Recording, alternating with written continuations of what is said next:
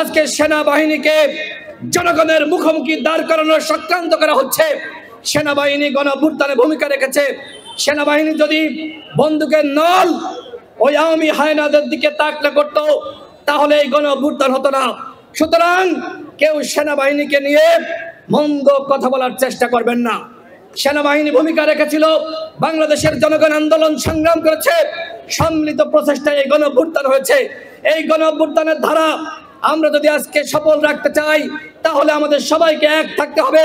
আমি চাঁদপুরের সমস্ত রাজনৈতিক দল, জনগণ, সামাজিক সাংস্কৃতিক শক্তিকে এক এবং ঐক্যবদ্ধ থাকার আহ্বান জানাচ্ছি। একই সাথে আওয়ামী লীগকে ন্যূনতম কোনো সুযোগ দিবেন না।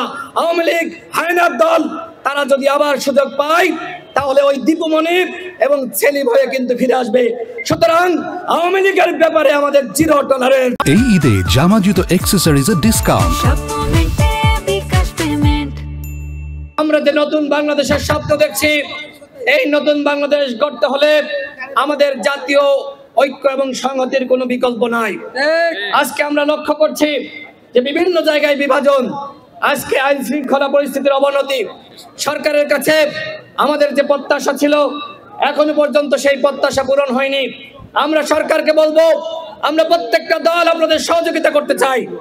আমরা চাই রাষ্ট্র সংস্কার, গণহত্যার বিচার এবং একই সাথে নির্বাচনী রোডম্যাপ। আমরা যেটি বলেছি, আগামী ডিসেম্বরের মধ্যে ইলেকশন দিতে হবে। ইলেকশন নিয়ে যদি টালবাহানা করা হয়, বাংলাদেশের মানুষ কিন্তু মানবে না। এই যে গণঅভ্যুত্থান, এই গণঅভ্যুত্থানে আপনারা চাঁদপুরবাসী, আপনারা অগ্রগণ্য ভূমিকা রেখেছেন। আমরা পত্র পত্রিকায় সেই ভূমিখাদক আমরা সেলিমের নাম শুনেছি, যাকে আশ্রয় প্রশ্রয় দিত ওই দামি মন্ত্রী দীপু মনি। আজকে দীপু মনিরা কোথায়? চাঁদপুরে বিএনপি, জামাত, গণ অধিকার পরিষদের নেতাকর্মীরা ঘরে ঘুমাতে পারে নাই।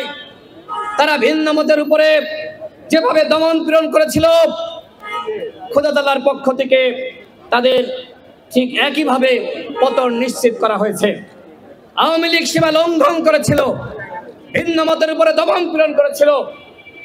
কিন্তু আমরা যেন আওয়ামী লীগ না হই।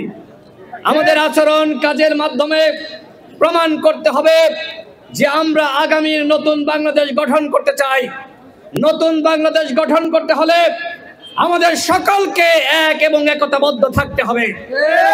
আমি চাঁদপুরের বিএনপির নেতৃবৃন্দ, জামাত ইসলামের নেতৃবৃন্দ, গণ অধিকার পরিষদের নেতৃবৃন্দ, ইসলামী আন্দোলন বাংলাদেশ সহ চাঁদপুরের সমস্ত রাজনৈতিক নেতৃবৃন্দকে বলবো, থাকুন।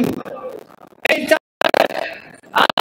আওয়ামী স্টাইলে কোনো রাজনীতি ফিরে না আসতে পারে, আর কোন দীপু মনুর জন্ম না হতে পারে।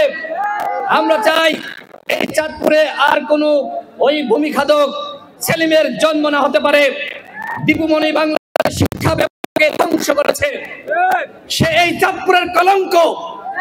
তারপরেও লজ্জা নাই। আপনারা দেখবেন যখন তাকে কোর্টে তোলে, নির্লজ্জের মতন খিলখিলিয়ে হাসতে হাসতে সে কোর্টে আদালতে ওঠে। এই চাঁদপুরে আর কোনো দীপু মনির জন্ম হতে দেওয়া যাবে না।